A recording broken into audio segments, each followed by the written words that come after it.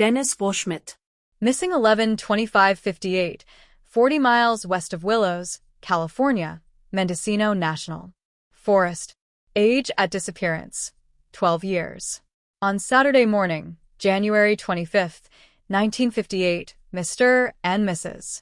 Gervin Washmit from Willows got their son Dennis ready to leave for the Mendocino National Forest for a weekend of boy scouting and camping with his troop. Dennis, his troop master, and 11 other boys headed into a rugged section of the forest and established a camp at 4,000 feet near Grindstone Canyon.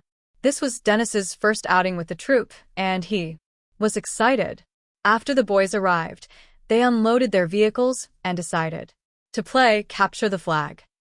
It was late in the afternoon when one of the boys realized that Dennis had disappeared. Yes, the boys were playing in a confined area of the campsite, and the 12-year-old had vanished.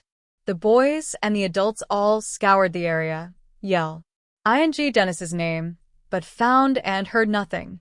After an hour of searching the region, local law enforcement was notified and asked for assistance. The Glenn County Sheriff's Office was the primary law enforcement authority that organized the search. From almost the onset of the search, rescuers were compromised by hazardous weather that inundated the mountains. Heavy snow and rain was falling and temperatures were plummeting. By the third day that Dennis was missing, the weather lightened a little. There was now 3 feet of snow on the ground. A January 27, 1958, article in the Ukiah News had an interesting statement about the area where Dennis had vanished. Temperatures were hovering around the 30-degree mark. Sheriff Sales said the boy would be all right if he managed to find shelter in the boulder. Strongorke. For people who haven't read my 2 other missing 411-inch books, there seems to be some relationship between fields of large boulders and missing people, something that can't quite be explained. During the 9-day search for Dennis, rescuers utilized bloodhounds, 2 helicopters, airplanes, equestrians, and hikers. One of the 1,000 volunteer searchers was the head football coach from Chico State College. While the coach was looking for Dennis, he collapsed and died of a heart attack, a very unfortunate side story to this disappearance, but an example of the extremes that people will go to find a lost young boy. On February 2nd, searchers were just over 2 miles from the Boy Scouts campsite when they found Dennis's frozen body lying in a grove of fir trees. A massive search for additional details on Dennis's body failed to find one description of the body or how and where exactly he was found. Summary. Many of the children that I've written about over the years have disappeared while playing some type of game with other kids. The other children never believe anything unusual was happening. The child just vanishes. It seems unusual that a 12-year-old boy would get lost so quickly when all he had to do was yell for a cease. Danse. Nobody ever heard any calls for help. Fields of boulders seem to have some relationship to the disappearance of people. I wrote about this extensively in Missing 411 Western United States and how certain individuals have gone missing in areas that seem to lack places to hide. Yosemite National Park is the #1 location for massive rocks and boulders, and also the #1 location for the number BER of missing people in any cluster in North America. Lee Littlejohn. Missing 12/23/77-1 p.m., Redding, California. Age at disappearance, 18 months. This incident occurred on the outskirts of Redding, California, outside the city limits in Shasta County. Redding is located at the far northern end of San Joaquin County and is the starting location for the range of mountains that extends north to British Columbia. The Sacramento River flows from Shasta Dam through the center of town and is a popular recreational spot for water skiing and fishing. The area surrounding Redding can become very desolate quickly. On December 23, 1977, 18-month-old Lee Littlejohn was being babysat by his aunt, Mildred Fry, at her home, 7 miles west of Redding near the Whiskeytown National Recreation Area. Lee was playing with his cousin, Loy Fry, in the home during a heavy rainstorm when his aunt went to a different area of the home to do laundry.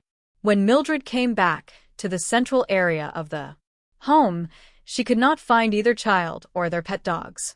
A quick search was made of the home and the yard, and then the Shasta County Sheriff was called. The Shasta County Sheriff's Office responded in force to look for the children. The heavy rain made search conditions extremely difficult, as they could not find any tracks, and the rain made the ground search treacherous. 55 minutes after the sheriff arrived, luck would strike once. Searchers found Loy Fry, 2 years, near the house with her dog, but she could not say where Lee was located. Loy was cold but in good condition and returned to her residence. The effort to find Lee continued through the night as temperatures were plummeting.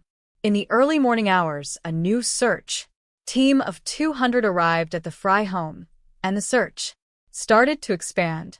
At approximately noon, searchers made a discovery, as is described in a December 24th article in the Long Beach Independent. The body of a missing IY 2-year-old boy was found on a wooded ridge 3/4 of a mile from his home 23 hours after he wandered outside his home in a driving rainstorm.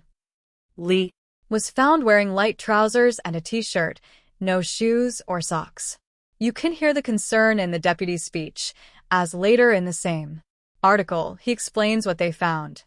You wouldn't think he could have wandered that far, and it was up a steep hill too, said SGT Dave Zebo, Shasta County Sheriff's Office.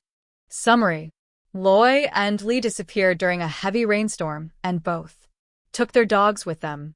Loy and her dog were found IIT less than 1 hour after they vanished.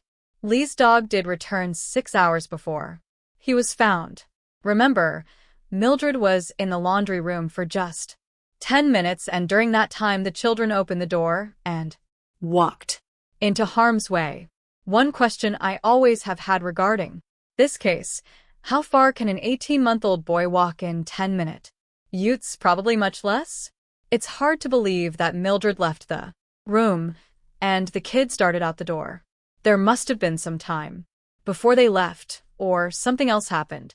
You can hear the wheels of Sergeant Zebo's mind churning as he explained where they found Lee's body. Yes, the body was found up a steep hill and too far away for the sergeant to think it was completely normal. How did little Lee? Little John managed to climb a steep hill during a heavy rainstorm? The sheriff's department stated that they believed that Lee died of exposure, and they were sending the body to the coroner for confirmation. I could not find any article stating what the coroner's findings were. This isn't the first time that a young boy has disappeared in this area of California. I wrote about the disappearance of Austin Sparks from Montgomery Creek, 15 miles northeast of Redding. Austin disappeared under highly unusual conditions on January 4, 2004. Another wintertime occurrence when conditions were brutally cold. There is also the disappearance of Billy Coleman on January 1940. From Viola, just 20 miles east of Redding. Little John disappeared on December 23rd, Coleman, January and Sparks, January 4. A 12-day calendar spread separated by 64 years. It would seem statistical JY significant that all three of these highly unusual disappearances occurred within that 12-day zone.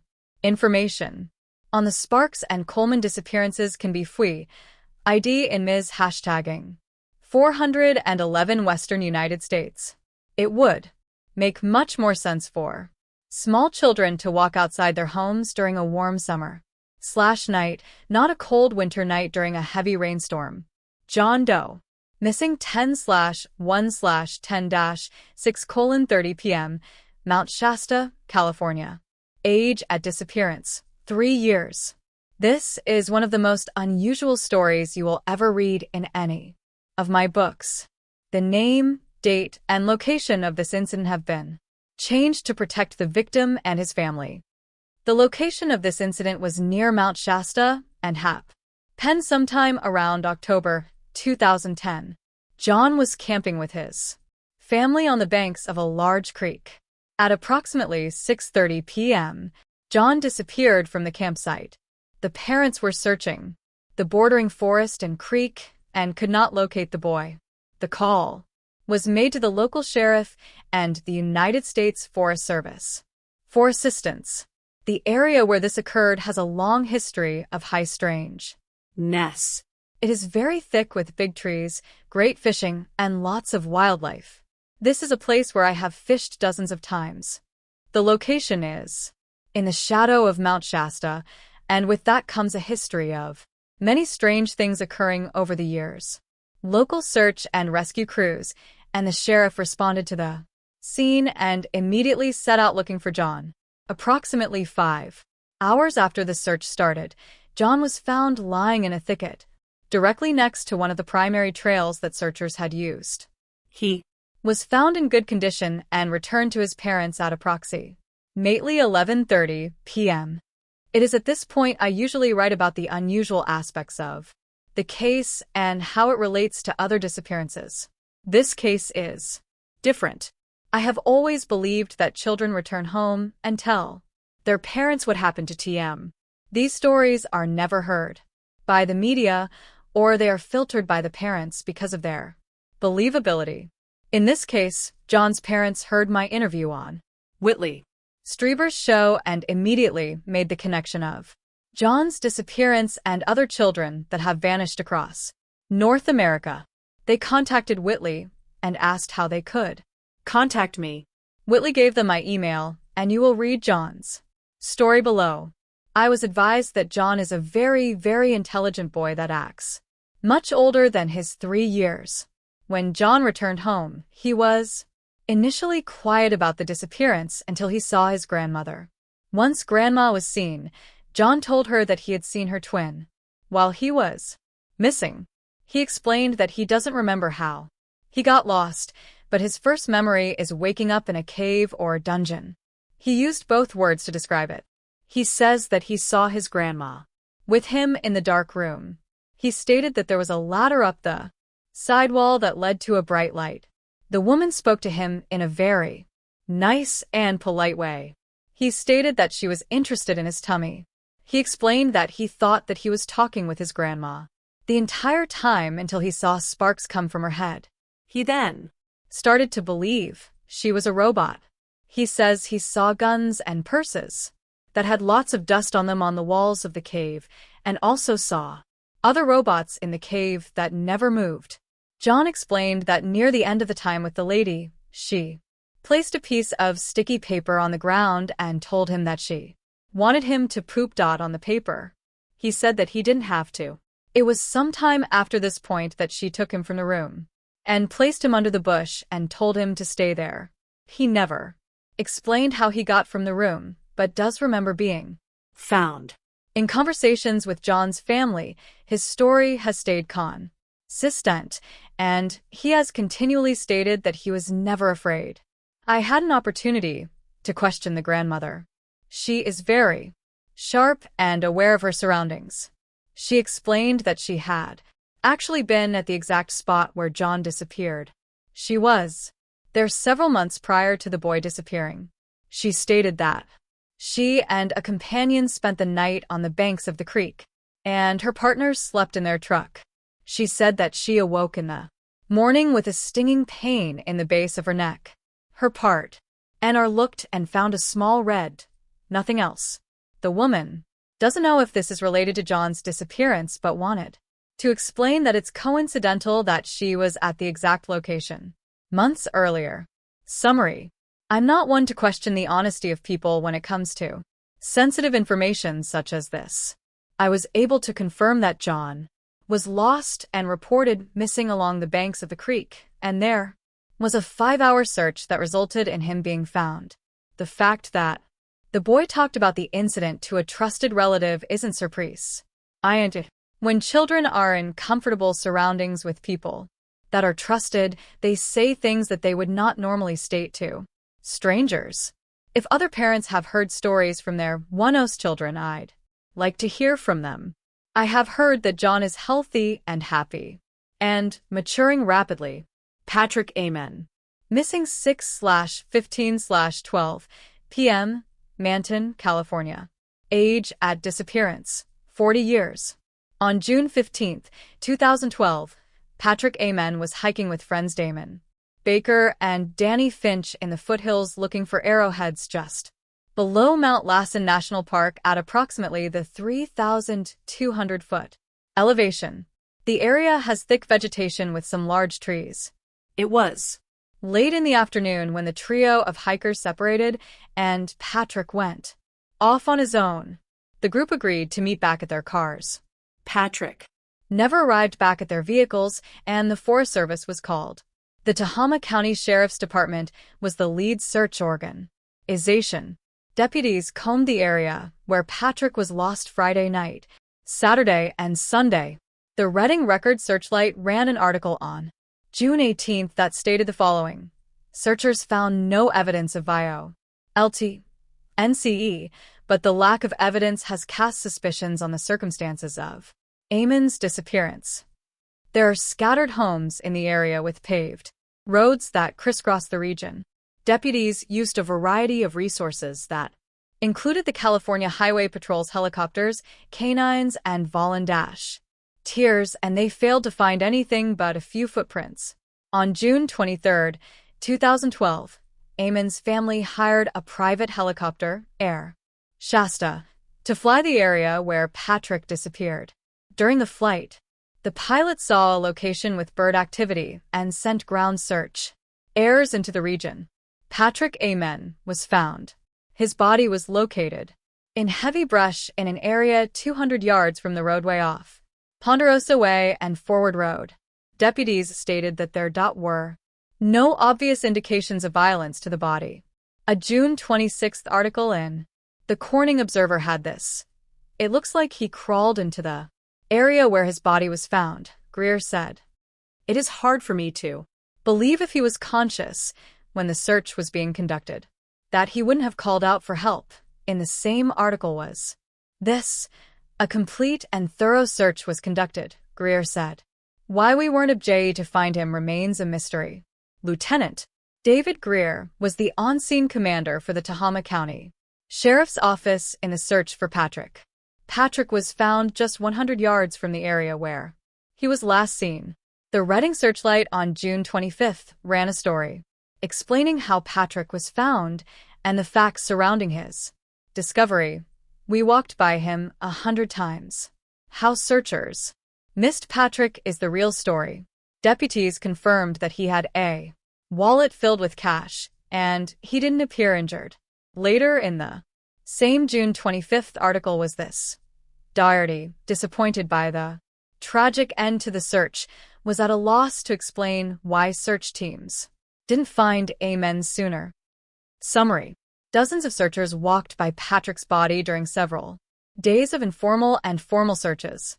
The California Highway Patrol (CHP) helicopter did not see his body 100 yards from where he was last seen, and the CHP floor unit also didn't see it. Canine teams came into the search area and apparently also walked by the body and didn't react. 8 days after Patrick disappears, he is found when birds were probably feeding on the decomposing body. He is found under circumstances that mimic many disappearances identified in my books. He is also found in very close PA rocks, proximity to the only 6 small bodies of water anywhere in the region. Coincidence? Searchers stated that it almost appeared that Patrick could have crawled into the thicket, and most were surprised he never callied out to searchers who were calling his name. Patrick disappeared in an area that is now evolving into its own Seajuster. This is just east of Reading and just west of Lassen National Park. As of the date of publication, there has been no indication from the coroner on the cause of death.